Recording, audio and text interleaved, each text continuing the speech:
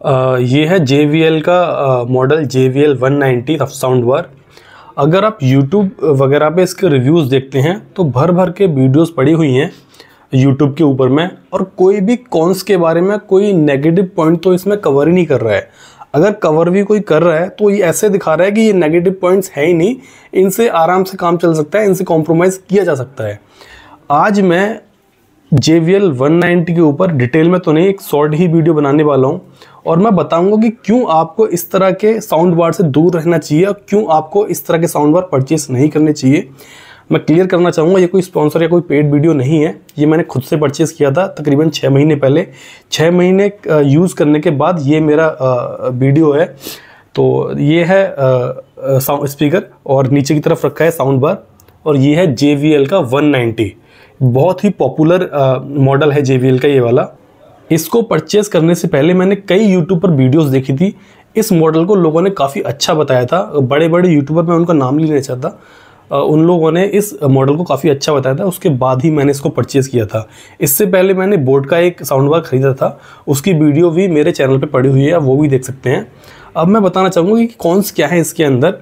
तो सबसे पहले मैं बताना चाहूँगा इसके अंदर फीचर्स बहुत कम दिए गए हैं। फीचर्स में मेरे कहने का मतलब ये है कि इसमें किसी तरह की आपको कोई डिस्प्ले देखने को नहीं मिलती है, ना ही बूफर में और ना ही स्पीकर में। मान लीजिए ये वीडियो मैं प्ले करता हूँ और प्ले करने के बाद में मैं साउंड को कम ज़्यादा करूँगा तो कोई साइन ही नहीं आएगा, ना ही साउंड बार में और ना ही टीवी में।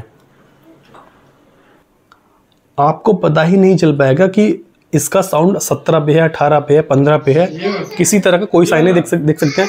मैं माइनस कर रहा हूँ, अब मैं प्लस कर रहा हूँ। कोई भी आपको, बस आपको इतना पता लगेगा कि ये वाइट जो LED है ये ब्लिंक करती हुई दिखेगी आपको।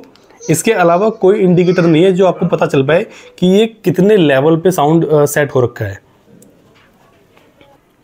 ये साउंड बार का रिमोट है और देख सकते हैं इसमें म्यूज़िक, मूवीज़ और न्यूज़ करके 3 बटन दिए गए हैं।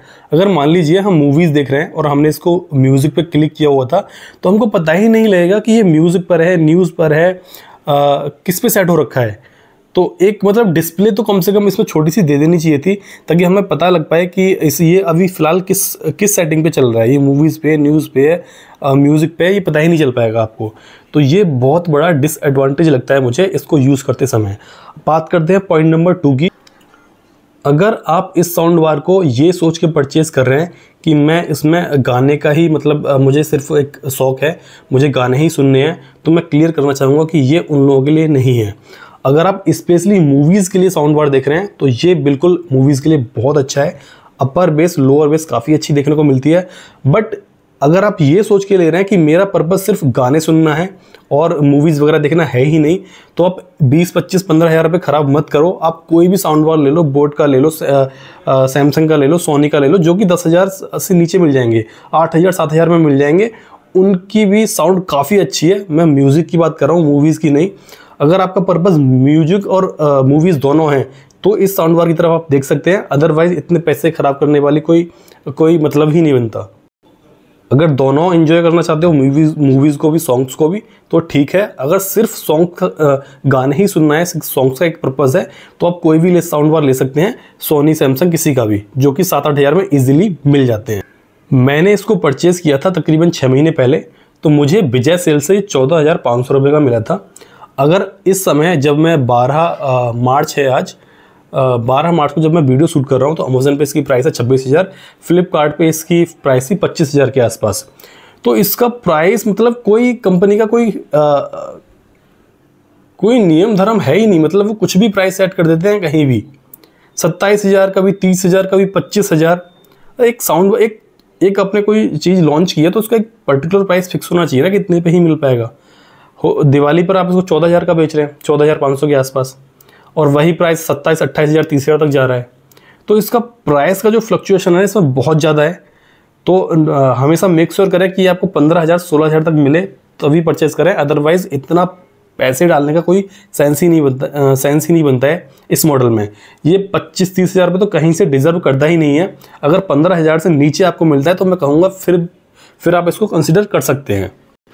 कंपनी क्लेम करती है कि इसमें आपको डॉल्बी एटमॉस्फेयर का सपोर्ट मिलता है। डॉल्बी का सपोर्ट आपको मतलब मज़ा आपको तभी आएगा जब आपके साउंड बार में स्पीकर 4-5 हो कम से कम। आप एक लेफ्ट में लगाएं, एक राइट में लगाएं, एक बैक में लगाएं, एक ऊपर लगाएं, तभी आपको मज़ा आएगा डॉल्बी एटमॉस्फेयर का। लेकिन इसमें बताते हैं कि वर्चुअली मिलता है। वर्चुअली मिलने उनका ये भी कहना है कि अगर वर्चुअली मज़ा लेना चाह रहे हैं इसका, तो आपके टीवी में EARC मोड EARC पोर्ट होना ज़रूरी है। अदरवाइज़ वो भी आप वर्चुअली जो डॉल्बी एटमॉस्फेयर दे रहे हैं उसका आप मज़ा नहीं ले पाएंगे। तो मेक श्योर करें कि अगर आप डॉल्बी के चक्कर में इसको परचेज़ कर रहे हैं तो आपके टीवी के अंदर EARC का मोड होना ज़रूरी है। मेरे टीवी में नहीं है तो मुझे तो कोई सेंस ही नहीं बना इस बात का इसमें कि डॉल्बी का सपोर्ट मिल रहा है। मैं क्या ही करूँगा जब मेरा टीवी सपोर्ट ही नहीं करता है, उसमें EARC का मोड है ही नहीं।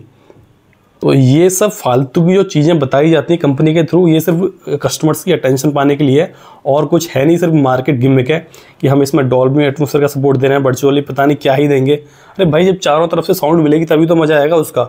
आप क्या कर देंगे इसमें? जो आप EARC मोड भी अगर होता तो क्या ही मतलब इन्होंने डाला होगा ऐसा, ये मेरी समझ से बाहर है। मुझे लगता है सिर्फ मार्केट गिमिक है और कुछ भी नहीं है इसके अलावा। तो इन 4-5 पॉइंटों को ध्यान में रखते हुए इस परचेज़ करें। इसमें आपको फीचर्स बहुत कम मिलते हैं, पता ही नहीं लगेगा कि कौन सा आपने वॉल्यूम सेट का हुआ है, क्या कौन सा आपने म्यूज़िक पे सेट किया है, कि आपने मूवीज़ पे सेट किया है, कुछ पता ही नहीं लगेगा आपको। इसके अलावा इसमें प्राइस फ्लक्चुएशन बहुत ज़्यादा है। अगर आपका पर्पज़ सिर्फ सॉन्ग्स सुनने का है तो वो इससे सॉल्व नहीं हो भी जाएगा, लेकिन कोशिश करें कि फिर आप इससे कम प्राइस वाला ले लें। इसके अलावा डॉल्बी एटमॉस्फेयर का जो सपोर्ट है वो नाम मात्र का है, तो ये भी आप मेक श्योर करें। और मूवीज़ वगैरह आप देखेंगे तो आपको बिल्कुल मज़ा आने वाला है। जो साउंड है वो बहुत ज़्यादा क्लियर है। मैंने बोट का साउंड बार परचेज़ किया था 160 वाट का, तकरीबन 8000 रुपये का 1 साल पहले, और ये है 380 वाट का। जो साउंड का लेवल है ना वो बोट का ज़्यादा है JBL 380 के 190 के मुकाबले, जबकि वो 160 वाट का है और ये 380 वाट का है। उसका बेस इससे काफ़ी ज़्यादा है। हालांकि इतना क्लियर साउंड आपको बोट में देखने को नहीं मिलता है, तो मेरे हिसाब से वर्थी कहीं ना कहीं, अगर आप अदर ब्रांड की तरफ जाएंगे तो कहीं ना कहीं ज़्यादा वर्थी आपको साउंड बार देखने को मिलेंगे। हालांकि इतना क्रिस्पी एंड क्लियर साउंड आपको देखने को नहीं मिलेगा। तो इन सब चीज़ों को कंसिडर करते हुए आप साउंड बार परचेज़ करें। कुछ भी आप पूछना चाहते हैं इस साउंड बार के रिगार्डिंग तो नीचे कमेंट करें, रिप्लाई आपको डेफिनेटली मिलने वाला है। वीडियो को लाइक करें, चैनल को सब्सक्राइब करें। Thank you so much.